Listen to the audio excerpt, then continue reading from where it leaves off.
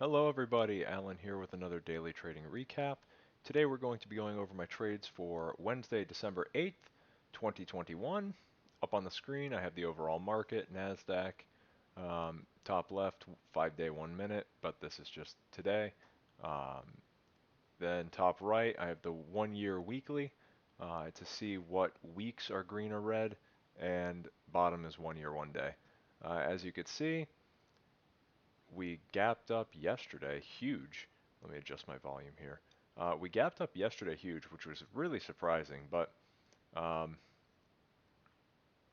right at open, failed red to green, and had some trouble underneath that, but then rebounded and ended up bouncing up towards the 399.50 resistance area, 400 resistance area. So um, I'm filming this a day late, so I know what happens. Markets cracked again today, so but yesterday was a green day, Wednesday was a green day, so let's go over my trades. Let's see. All right, I didn't trade that much today or on Wednesday, but my first trade was a New York Stock Exchange um, ticker, and it was CARS, CARS.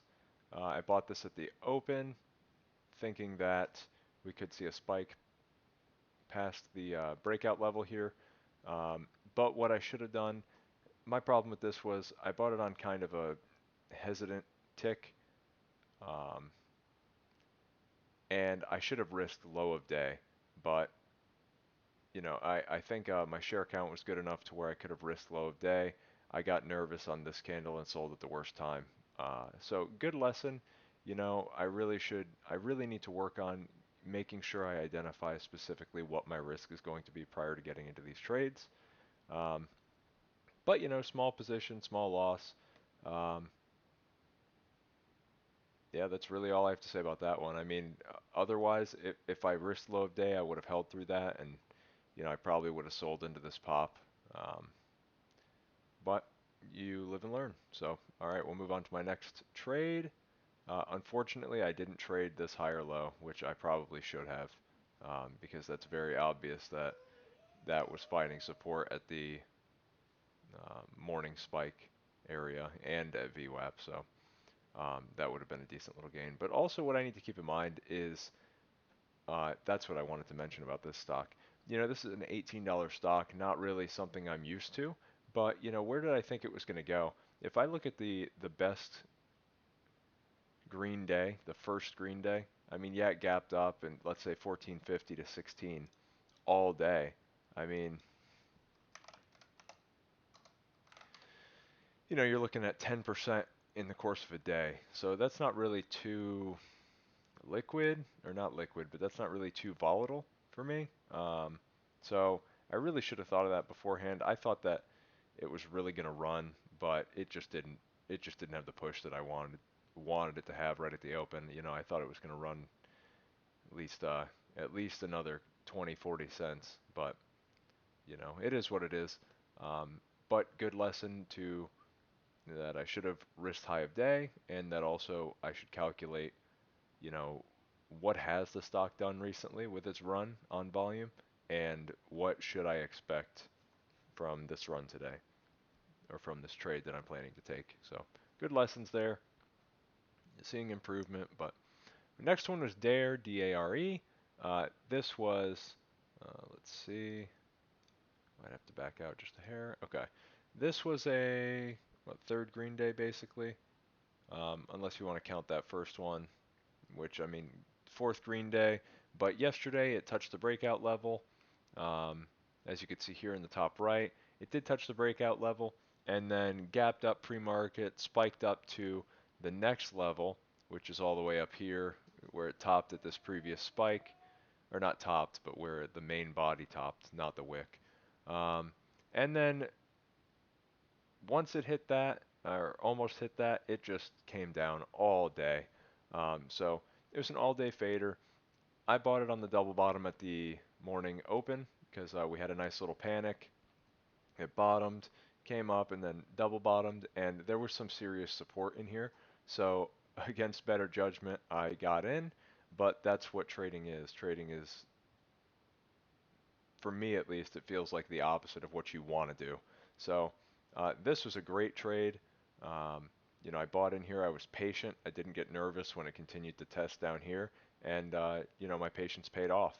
And my plan was to sell the first half when it topped out, and the second half to let it ride to see if we could see any upward movement, maybe across a VWAP or higher low or anything like that. But so I sold my first half into the pop. Good sell on that one. And then we saw a dip. I got excited because it didn't pull back too hard. I thought it was really gonna push there, and it topped out slightly higher, and I sold pretty much at the same point when it started cracking downward. So not too bad there. Uh, Good trade, good taking profits along the way, and good taking profits and not just holding on because I definitely would have probably taken them into this next lower high. I probably wouldn't have gotten the same price, but it did hit that level. But a good trade, made 22 bucks on it. Uh, Decent little position, and I'm proud of that one. Just taking the meat of the move on predictable setups, and my risk, of course, was the double bottom. So, uh, and my third was the same trade or the same ticker rather, Dare, DARE. Um, I bought this a little early, but it did look like it was bottoming. I think I'm going to work on because I'll go over my trades in a little bit for today, but I think I'm going to work on midday, and what I mean by midday, I should say early morning. Um, if I'm planning on getting in a trade pretty much between maybe like 10:30, and 12, um, I'm going to wait 5 minutes, 5 to 10 minutes or so.